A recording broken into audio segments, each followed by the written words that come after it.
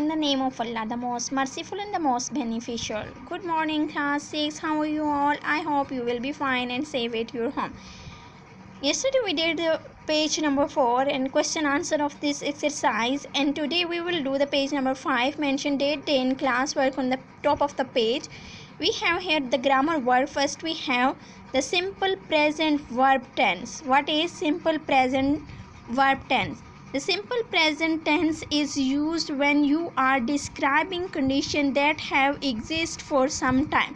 Simple present tense वो verb है जिसमें आप वो टेंस है जिसमें आप किसी भी चीज़ की हालत को बयान करते हैं जो थोड़ी देर के लिए वकूफ़ पज़ीर होती है. Most of the words in the emails are in simple present tense.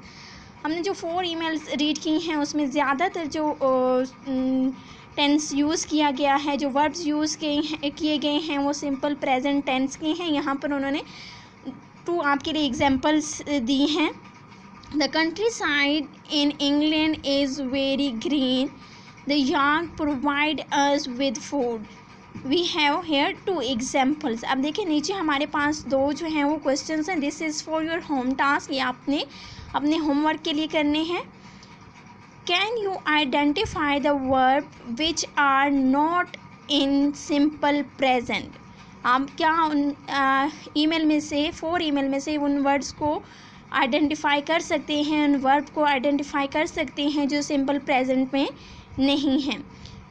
What tense are the verbs which are not in the simple present tense? कौन से verbs जो हैं वो simple present tense में नहीं हैं. You have to write 5 words for each question. आपने से 5 words जो हैं वो 4 emails में से सर्च करके लिखने हैं. Then we have here the other word. This is your other grammar task. Compound adjective. Compound कहते हैं 2 या 2 से ज़्यादा वर्ड्स से जो मिलकर बना हुआ होता है. Adjective is it's a quality of something.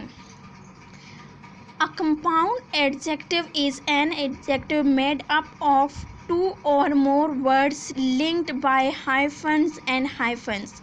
Adjective वो कंपाउंड एडजेक्टिव है जो 2 या 2 से ज़्यादा वर्ड्स से मिलकर बना होता है और उसको हाइफन और एक हाइफन से या 2 हाइफन से जो उसको इंटरलिंक किया जाता है, ये जोड़ा हुआ होता है. A compound adjective is used as a modifier. हमेशा उसको जो है वो अक्सर मॉडिफायर के तौर पर भी उसको यूज़ किया जाता है, यानी तरमीम के लिए भी उसको इस्तेमाल किया जाता है बिफोर अ नाउन, नाउन से पहले. In other words it adds information for the noun. दूसरे अल्फाज में कहा जाता है कि ये नाउन के लिए मालूमात मुहैया करता है कि जो इसम है वो क्या काम कर रहा है, ये क्या चीज़ है. We have here few examples. यहाँ पर देखें. A never to be forgotten holiday. एक ऐसा हॉलीडे, ये ऐसी छुट्टी जिसे नहीं भूला जा सकता. अ 1 in a million chance. The 8-legged insect. The 4 years old dispute. Dispute कहते हैं झगड़े को, 4 साल पुराना झगड़ा. Urdu English dictionary. The Hong Kong Chinese writer.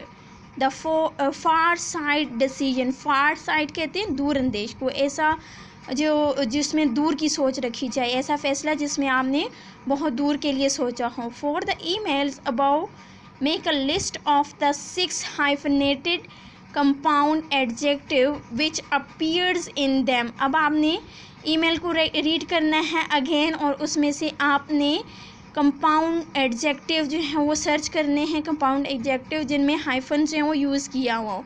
Using compound adjective can be a way to make your writing more vivid. अब वह बिल्कुल जो है अपनी राइटिंग को वाज़े करने के लिए, रोशन करने के लिए, खूबसूरत करने के लिए जो है वो आप कंपाउंड एडजेक्टिव का इस्तेमाल करते हैं. इसकी एग्जांपल यहाँ नीचे है.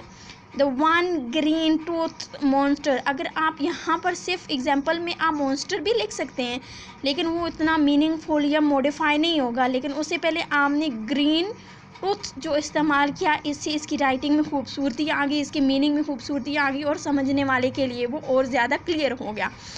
The 1 green tooth monster. The green blue ember land ocean.